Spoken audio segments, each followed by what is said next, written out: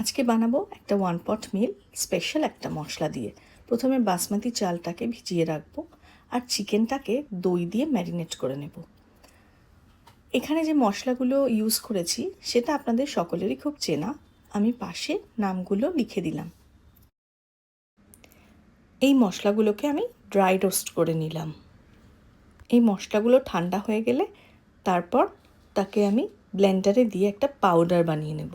এই মশলাটা অনেক রান্না ইউজ করা যায়। এরপর একটা প্রেসার কুকারে 2 চামচ ঘি দিয়ে তার মধ্যে কুচিয়ে রাখা পেঁয়াজ আর আদা বাটা রসুন বাটা দিয়ে দিলাম। তারপর সেটাকে নেড়ে চেড়ে তার মধ্যে দিয়ে দিলাম হলুদ গুঁড়ো, লঙ্কার গুঁড়ো, সঙ্গে জিরে গুঁড়ো আর অল্প ধনের গুঁড়ো।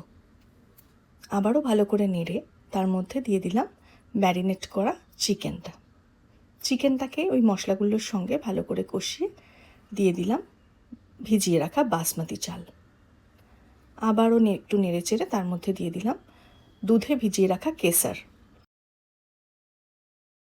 এরপর সেই স্পেশাল মশলাটা দিয়ে গরম জল দিয়ে নুন মিষ্টি স্বাদ অনুসারে দিয়ে প্রেসারের ঢাকনা বন্ধ করে দিলাম। এরপর ব্যাস একটা সিটি দিয়ে রেডি আমাদের একটা দারুণ স্বাদের 1 পট মিল। এর নামটা কি দেওয়া যায় সেটা আপনারাই ঠিক করুন।